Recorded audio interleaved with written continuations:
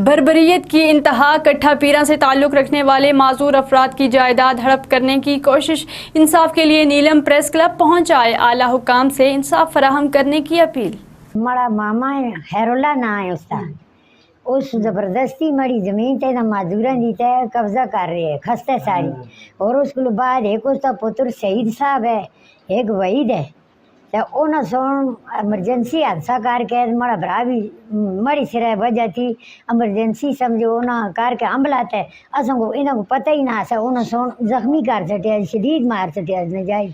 आप उन्हें एक काम किया कि आप वो उठिया थे वो जड़ा बड़ा भरा सा तो वो गया फौजी हो गया नाच के छाप गया।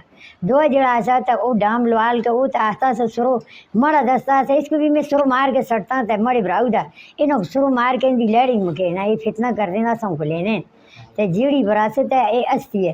ते अल्लाह के सामने दा पेफौत हो गया है, 3 साल जाइते बीमार है। उसके बाद 4-6 साल और हो गए दिन वो फौत हो गए दिन। इन्हों को मैं गली संभाल दी रही हाँ, मड़ा भरा नाल संभालदा रहा, नाल भरा छोड़िया था सा। उसके बाद मड़ी ने तामन कसे नहीं की थी उन्होंने सो फिर मड़ी बाँह बाज गई तो मैं भराऊ से अपने घर आन सटियाँ। उसके बाद 1 महीना हो गया मैं वो अपने घर पहुँचाई दियाँ। तो उसके बाद वो मड़ी तो हर वक्त हादसा कर देना, हर वक्त मड़ी तो मारना समझो मुख होता है ना बच्चों को सटते मुख मार दें सरो लैन मुके ने। तो वो अपनी वो जी जमीन है पियो की वालद साहब की उस पर कब्जा कर दें।